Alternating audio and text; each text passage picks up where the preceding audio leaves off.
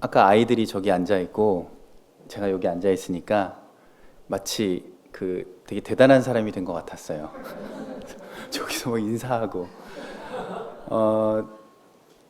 고향에 온 것 같은 그런 느낌이 듭니다. 네, 장소는 여긴 처음 들어와 보거든요, 거의. 그런데 여기 이제 제가 예전에 있을 때 계셨던 분들, 역시 성가대에는 장정 권사님이 여전하시고 예, 안내에는 신광자 권사님이 여전하시고, 그리고 대전에서 오셨나요? 우리 박창기님. 예, 예. 그래서 되게 그 반가운 얼굴들이 이곳에 많이 계신 것 같아가지고 정말 저는 고향에 온 것 같습니다. 꽤 오랜 시간이 걸려서 여기까지 왔는데요. 제 소개를 해주셨지만 맞습니다. 저는 아까 장로님께서 기도하실 때 그 말씀을 하시더라고요. 왜냐면 제가 학생 때는 안 계셨던 걸로 같은데 어떻게 제가 학생 때부터 있었던 걸 아시네요. 제가 중학교 때 그 동인교회, 예전에 그 교회를 처음 나왔었고 꽤 오래 다녔죠. 그리고 거기서 대학교도 졸업하고, 대학 졸업하기 전에 이제 동인교회에서 전도사로 사역을 시작했었습니다. 저의 첫 사역지이기도 해요.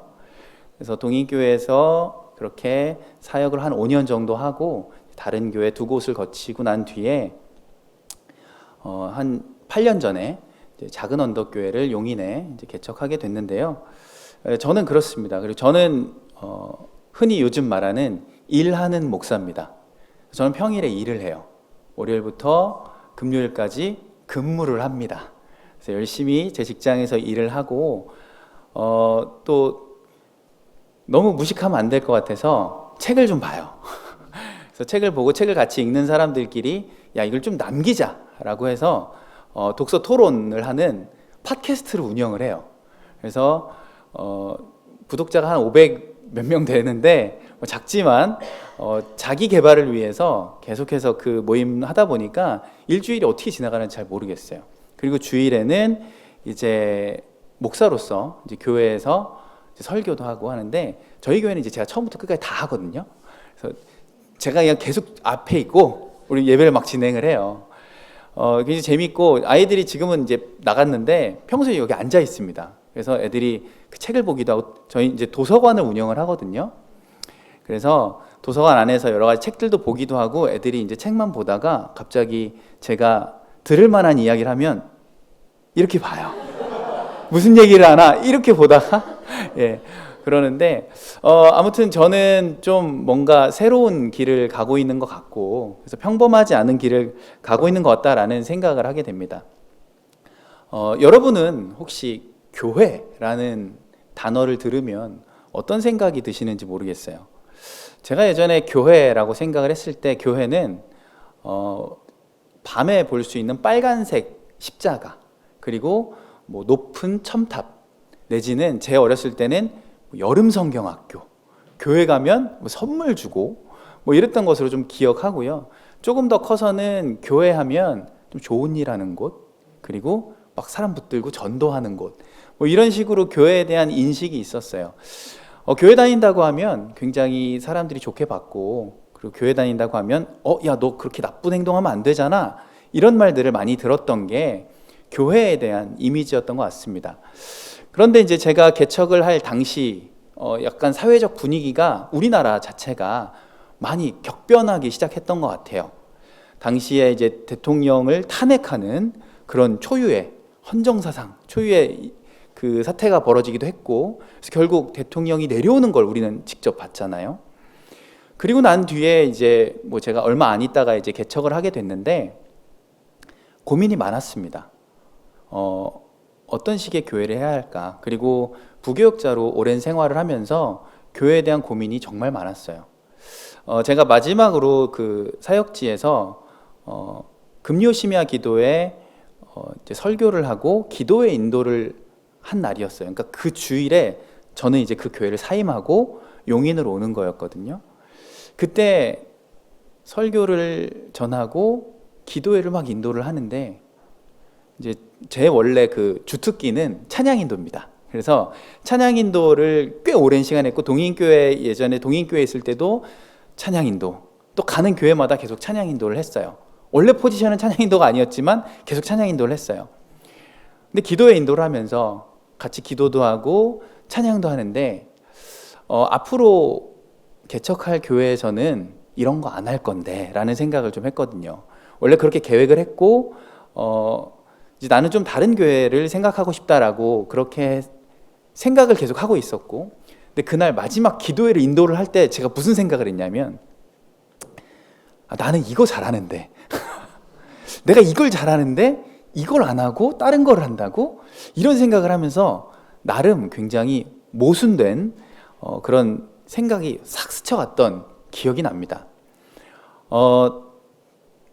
교회 하면 좋은 이미지들이 많이 생각이 났었는데 제가 개척할 그 당시만 해도 뭐 신천지 그리고 다른 이단들에 의해서 교회가 점점 그 교회라는 가치가 좀 점점 바닥에 떨어지기 시작을 했어요. 사람들은 저기가 이단인지 아닌지 모르잖아요. 그러니까 교회 하게 되면 야, 너 교회 다녀? 약간 이제 부정적인 인식이 조금씩 생겨났던 것 같아요. 그럼 우리는 어떤 교회가 되어야 하지? 이런 고민을 많이 했었고, 그때 봤던 드라마 중에 뿌리 깊은 나무라는 그 사극이 있거든요. 거기에서 세종대왕이 되기 전에 이도라는 사람이 자기 아버지 태종이죠. 이방원 태종과 함께 대화하는 장면이 나와요. 아버지가 그렇게 많은 사람들을 죽여서 왕이 된 뒤에 세운 그 나라를 내가 물려받는다라고 생각을 하니까 이도라고 하는 이 세종은 굉장히 그게 너무 불합리해 보이고 아버지가 너무 나빠 보였던 거예요. 그래서 아버지를 굉장히 비난 아닌 비난을 했는데, 그때 비수를 꽂는 질문을 아버지가 합니다. 그래서 네가 생각하는 조선은 어떤 조선이냐? 라고 물었는데 이도가 대답을 못하는 거예요. 잘못된 건 알겠는데 내가 세워야 할 조선은 어떤 조선이지? 그 고민에 빠져서 굉장히 그 연기를 했던 송중기 배우가 생각이 나더라고요. 그러면 이렇게 말하면 좀 그렇지만 나의 교회는 어떤 교회가 되어야 하지? 되게 고민을 많이 했던 것 같아요. 오늘 사실 이 설교 말씀은 본문을 통해서 제가 여러분들에게 드리고 싶은 말씀은 저희 작은 언덕교회가 이런 취지 아래 그리고 이런 모양 아래 세워졌고, 그리고 지금까지 어떻게 운영이 되고 있다, 이렇게 함께 모이고 있다라는 걸 말씀을 드리면서 여러분들이 생각하는 교회, 여러분들이 생각하는 그리스도인은 어떤 것인지 한번 생각해보는 좀 좋은 발상의 전환의 시간이 되지 않을까 한번 생각을 해보게 됩니다. 저희는 한번 사진 제가 보내드린 거 띄워주실 수 있겠습니까? 자, 이게 저희 교회의 예배 모습이에요. 제가 앞에 나가 있습니다. 저 때는 저 앞에 이제 여러분 화면에서 왼쪽에 어떤 남자분 한 분이 앉아 계시죠? 윤효상 선교사님이라고 동인교회에서 사역을 하셨던 분이에요. 근데 이제 저희 교회에서 유일하게 선교 후원을 하고 있는 선교사님입니다. 한국 방문하셨을 때 그때 말씀 전해주시러 이제 오셨는데 그때 찍은 사진입니다. 저렇게 오붓하게 테이블에 앉아서 예배를 드리고요. 되게 작지만 마이크가 없으면 힘들어서 마이크를 대고 찬양을 합니다. 저게 저희 이제 교회 예배 모습이고, 저 공간은 도서관이에요. 근데 여러분 딱 보시면 십자가가 일단 없습니다.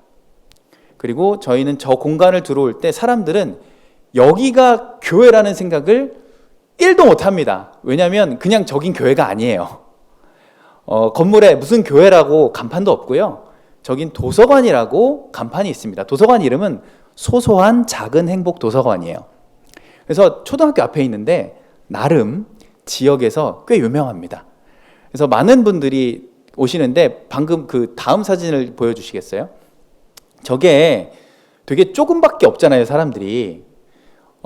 근데 여러분, 작은 도서관은요, 보통 작은 도서관은 하루에 10명 올까 말까 해요. 근데 저 때가 방학입니다. 여름방학이면 작은 도서관 잘 안 가는데, 뭐 저희 자랑 같지만 저희 도서관은 되게 많이 와요. 그래서 실제로 학기 중에는 너무 정신없이 바쁠 정도로 저희 이제 두 분이 이제 사서로 봉사해주고 계신데 너무 바빠가지고 정말 정신이 없어서 제가 가끔 도서관에 전화할 때는 그러니까 빨리 용건만 말하고 끊어라 라고 할 정도로 진짜로 너무 바쁘세요. 저기서 저희가 이제 예배를 드리는데, 네. 잠깐, 네.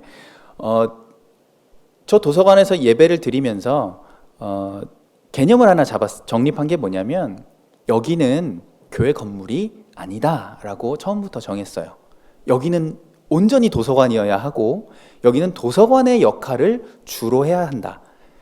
우리 교회는 이 도서관을 빌려서 예배를 드리는 것뿐이다 라고 처음에 그러한 이제 논리를 성립하기 시작을 했습니다. 그러니까 우리는 교회라고 하면 먼저 건물을 얻어야 되고 십자가 달아야 되고 간판을 달고 그다음에 이제 전도를 막 하잖아요.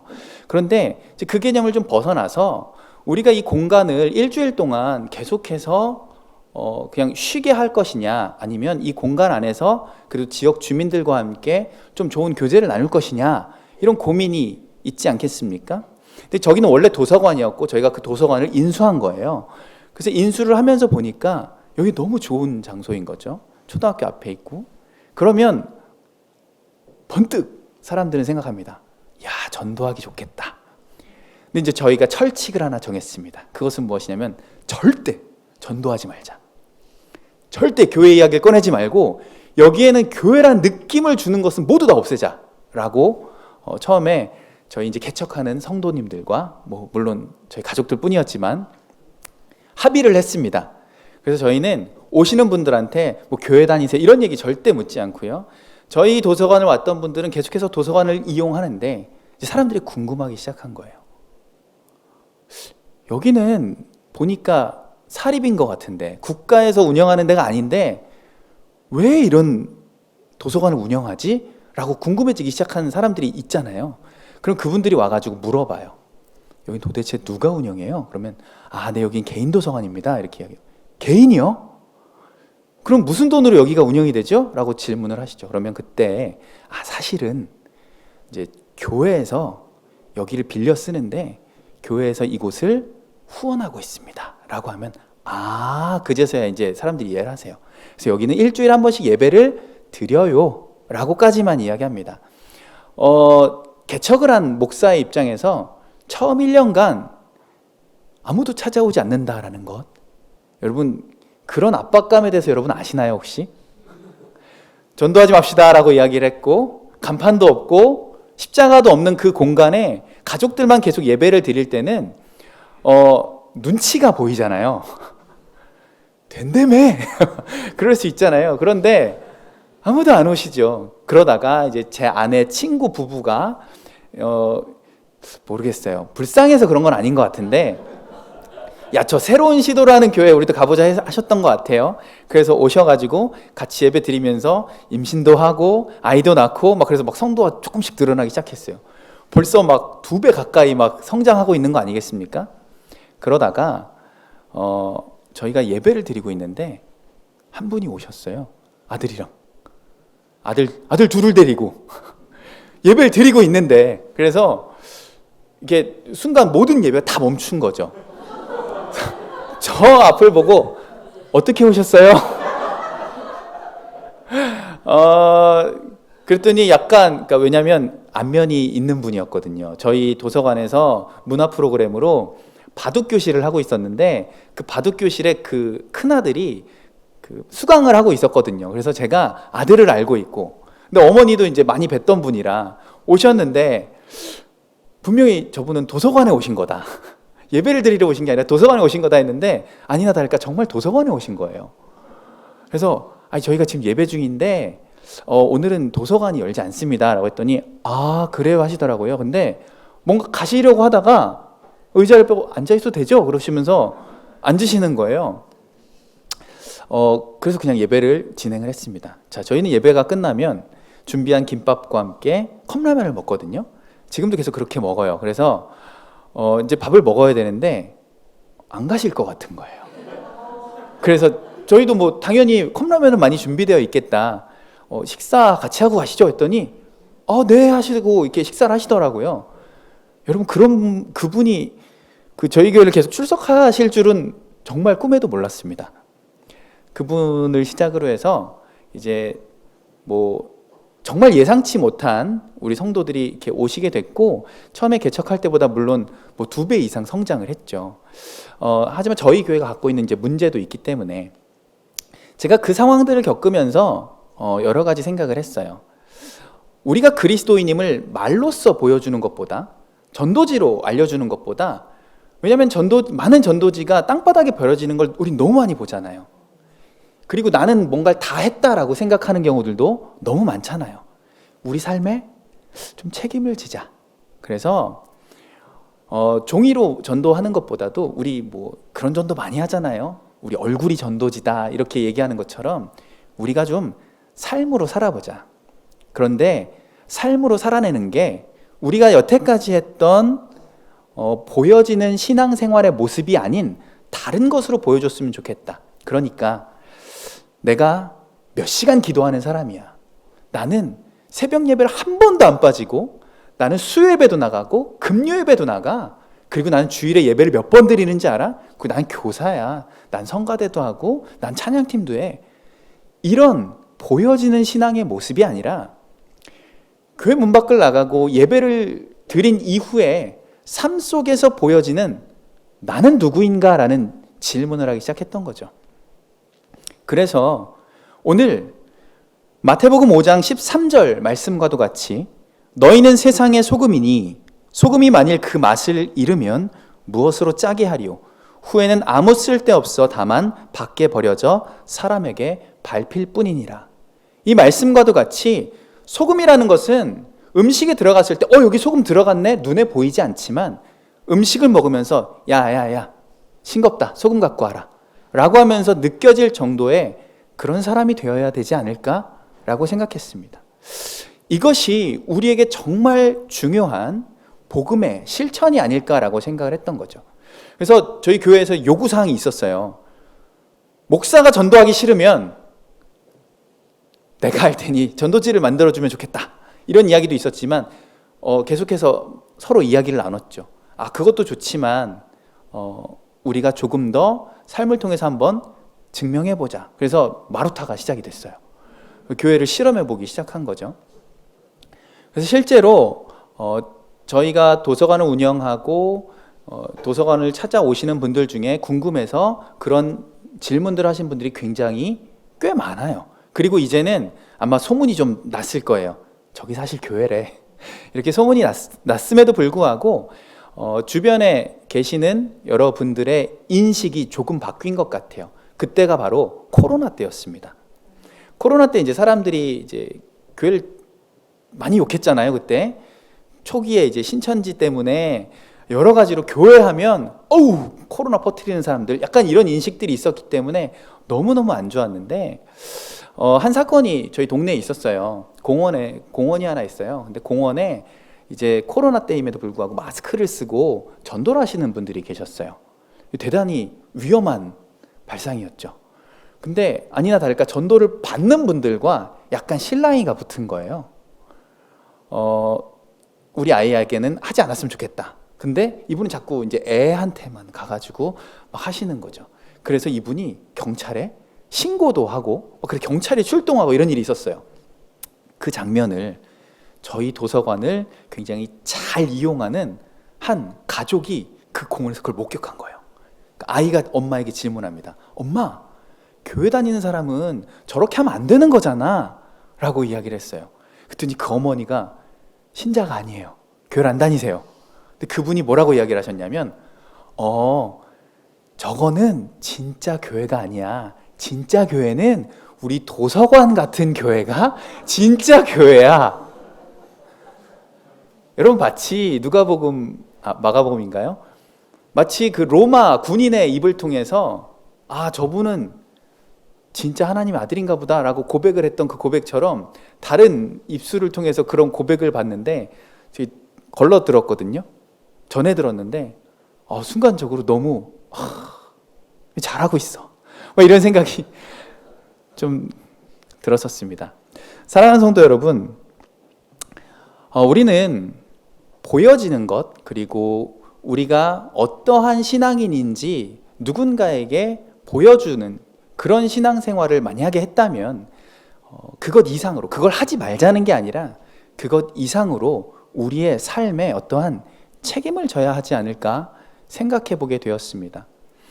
너희는 세상의 소금이다 라는 이 말씀은 우리가 소금이 가진 그 짠맛을 온전히 낼 수 있는가, 그리고 내 삶 속에 그리스도인이라면 그리스도가 우리에게 보여주셨던, 그리고 그가 살아내셨던 그러한 삶에 아주 조금이라도 흉내내야 하지 않을까라는 생각을 해봤습니다. 저희가 오늘 그 특송으로 찬양을 했는데 자발한 게 저희가 그 자발적으로 요청한 게 맞습니다. 두 번째로 불렀던 그 삶의 작은 일에도 그 찬양은요, 저희 교회 주제가예요. 저희가 작은 언덕 교회잖아요. 작다 그리고 언덕 하면 소원이에요. 저희 이 찬양 제목도 원래 제목이 소원이거든요. 근데 가사가 구구절절 우리가 생각하는 거랑 너무 닮은 거예요. 내가 가는 길만 비추기보다는 누군가의 길을 조금이라도 비춰줄 수 있는 사람, 아주 삶의 작은 일에 우리가 예수 그리스도의 그 짠맛을 드러낼 수 있는 사람이 우리가 되었으면 좋겠다라고 생각했던 그 철학이 그 찬양에 그대로 녹아 있어서 우리 주제가 하자라고 해서 그 찬양을 주제가로 선정을 했는데요. 그래서 여러분들께 말씀드리는 두 번째는 바로 너희는 세상의 빛이라 라는 말씀입니다. 이 빛은 우리가 오해할 수가 있거든요. 뭐냐면 빛은 밝혀야 되기 때문에 막 나서야 돼요. 야야야 후레쉬 갖고 와, 막 이런 거 비춰봐 이렇게 하잖아요. 그런데 이 말씀을 보면 이 마태복음 오늘 5장의 말씀에 보면 15절에 사람이 등불을 켜서 말 아래 두지 아니하고 등경 위에 두나니 이러므로 집안 모든 사람에게 비치느니라. 자, 이 말씀만 보면 그렇지, 빛은 밑에 있는 게 아니라 위쪽으로 올려서 모두가 밝게 볼 수 있도록 그렇게 위로 올라가야 되는 거야 라고 이해할 때가 굉장히 많죠. 그래서 제가 어렸을 때만 해도 우리는 세상의 빛입니다 라고 하면 우리가 멋진 사람이 돼야 되고, 그래서 유명한 사람이 돼야 되고, 누군가 앞에 나서서 저는 사실 그리스도인입니다 이렇게 얘기하는 게 대단히 미덕으로 비춰졌었거든요.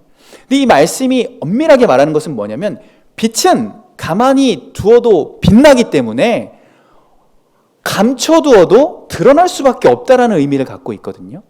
그러면 왜 빛을 거기다 두어? 위로 올려! 라고 이야기할 수밖에 없지 않습니까? 빛이 스스로 어딘가로 올라가는 게 아니라 누군가에 의해서 올려지는 거죠.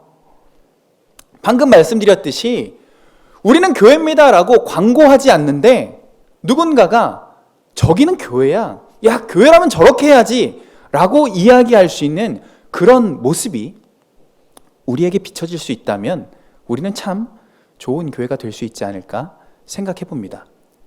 지난 주일에 저희 가족이 저희 용인 그 포은 문화센터인가 아무튼 거기 공연장에서 하는 무슨 행사에 갔거든요. 그 행사는 뭐냐면 BTS라고 해가지고 그 무대 뒤에서 일어나는 일들을 체험해 보는 거예요. 그래서 무대가 올라가고 내려가고 막 이런 걸 체험해 보는데 저희는 가족이 4명이 갔고 거기에 참여한 대학생으로 보이는 여자분들이 막 오셨더라고요. 근데 그분들은 멤버가 많다 보니까 여러 군데로 찢어져서 조별 활동을 했는데 이동을 하는 순간이었어요. 근데 어두운 계단으로 들어가는 그런 통로에 이르렀을 때 후레쉬를 켜셔도 돼요, 이렇게 핸드폰 켜셔도 돼요 이렇게 얘기하길래 우리가 다 핸드폰을 켜가지고 가는데 되게 이런 장면을 좀 너무 오랜만에 봤는지 앞에 가는 여학생 한 명이 뒤에 저희 아이가 오니까 자기 후레쉬를 이렇게 비추더라고요. 그거 보면서 나름 야 저런 장면을 내가 이런 데서 보다니 라고 생각을 했거든요. 무슨 말씀을 드리려고 하냐면 후레쉬는 굉장히 작잖아요. 이 휴대폰이 비춰지는 후레쉬는 굉장히 작거든요. 그런데 계단을 내려가면서 나 혼자 내 앞에만 봐도 모자랄 이 빛을 누군가를 향해서 누군가를 위해서 살짝 비춰주는 모습을 보면서 적지 않은 감동을 했습니다. 사랑하는 성도 여러분, 우리가 빛을 가지고 예수 그리스도를 마음에 품고 그 빛을 드러낼 때는 내 삶이, 내 인생이, 내 앞으로의 앞날이 밝혀졌으면 좋겠고 밝았으면 좋겠고 이런 바람들이 있지 않습니까? 그럼에도 불구하고 우리의 그 빛을 옆에 있는 누군가를 위해서 나눠줄 수 있다면 저는 그 사람은 예수님과 같은 사람이다라고 이야기하고 싶습니다. 사랑하는 더드림교회 그리고 작은 언덕교회 성도 여러분, 우리의 삶을 통해 그런 모습이 나타나고 비춰질 수 있기를 예수님의 이름으로 부탁드리겠습니다. 말씀을 마무리하도록 하겠습니다. 저희는 되게 작은 교회죠. 다 모여도 30명이 안 돼요. 그래서 근데 다 모이면 좁아요, 공간이. 그래서 이게 막 부대끼면서 밥도 먹고 한 명이 예배 시간에 시끄럽게 떠들면 모두가 다 거기만 보거든요. 그런 예배를 드립니다. 그럼에도 불구하고 우리 교회에서 이야기하고 전하는 바는 우리가 세상이 소금이 되어야 하고 빛이 되어야 하는데 제가 오랜 시간 교회 성도들과 함께 나누면서 강조한 내용이 있어요. 빛이 되고 소금이 되는 것도 대단히 중요한데 그 전에 우리가 추구해야 될 한 가지가 있다. 그것은 무엇일까요? 여러분이 그리스도인으로서 살아가기에 앞서 뭔가 여러분이 갖춰야 할 그 무언가가 있는 것 같아요. 저는 그렇게 생각을 해요. 뭘까요? 이렇게 말씀드리니까 잘 모르시겠죠. 근데 들으시면 에이 뭐 저런 거 다 알지 그러실 거예요. 그건 뭐냐면 여러분 스스로의 행복입니다. 저는 여러분 스스로가 행복하지 않으면 아무리 빛을 흉내내고 아무리 소금을 흉내내도 의미가 없다고 생각을 해요. 개척을 하고 그리고 목회를 할 때 부목사로 사역을 하고 전도사로 사역하고 할 때 대단히 많이 했던 고민이 바로 거기에 있습니다. 저는 교회에서 엄청 헌신한다고 헌신을 하는데 집에 와보면 내 가족은 불행한 것 같아요. 우리 아빠는 맨날 교회에서 무슨 행사 한다고 그러면 엄청 가가지고 밤에 들어와요. 이게 정말 우리의 행복을 위한 걸까? 라고 생각했을 때 그럼 목사 가정은 계속 희생만 해야 될까? 라고 생각을 했을 때 저는 거기서 아닌 것 같다라고 대답을 한 거죠. 그래서 그때부터 야 우리도 놀자 그렇게 얘기를 했던 거고, 저희는 성도들한테 계속 이야기합니다. 사랑을 실천해야 한다면 옆에 있는 사람이 가장 먼저 해라. 누군가를 구제해야 된다면 옆에 있는 내 식구부터 해라. 저는 계속해서 그렇게 강조를 합니다. 여러분 절대 미얀마 선교에 대해서 부정적으로 이야기하는 게 아닙니다. 내 가족에게 인색하고 내 가족에게는 화도 많이 내는 사람이 교회 가서 천사이면 무슨 의미가 있어요? 함께 사는 가족이 저 사람을 소금이라고 빛이라고 인정할까요? 아니겠죠. 그러므로 전제되어야 하는 가장 중요한 것은 여러분 스스로 마음 가운데 사랑이 넘치고 행복한 것, 그것이 어디로부터 오는 사랑이고 행복인지는 여러분 스스로가 아마 찾아가시고 해결해야 되겠죠. 가장 중요한 게 저는 거기 있다고 생각합니다. 우리가 소금이 될 수 있고 우리가 빛이 될 수 있는 것은 우리 안에 그러한 사랑을 경험하고 행복을 경험하기 때문에 옆 사람을 비춰줄 수 있는 여유가 생기는 것 아니겠습니까? 사랑하는 성도 여러분, 험난한 세상입니다. 요즘 안 좋은 뉴스들이 너무나도 가깝게 다가오고 있고 우리 삶의 자리, 그냥 저 멀리 외국에서 들려지는 소리가 아니라 가까운 전철역, 가까운 장소에서 우리의 생명을 위협하는 것 같은 그러한 소식이 우리를 불안하게 만드는 이때입니다. 그럼에도 불구하고 우리가 추구하고 우리가 살아내야 하는 우리의 삶은 어떤 것이어야 할지 질문하면서 고민하는 것, 이것이 그리스도인으로서 우리가 한 주 한 주를 살아가며 해야 될 고민이 아닐까 생각해 봅니다.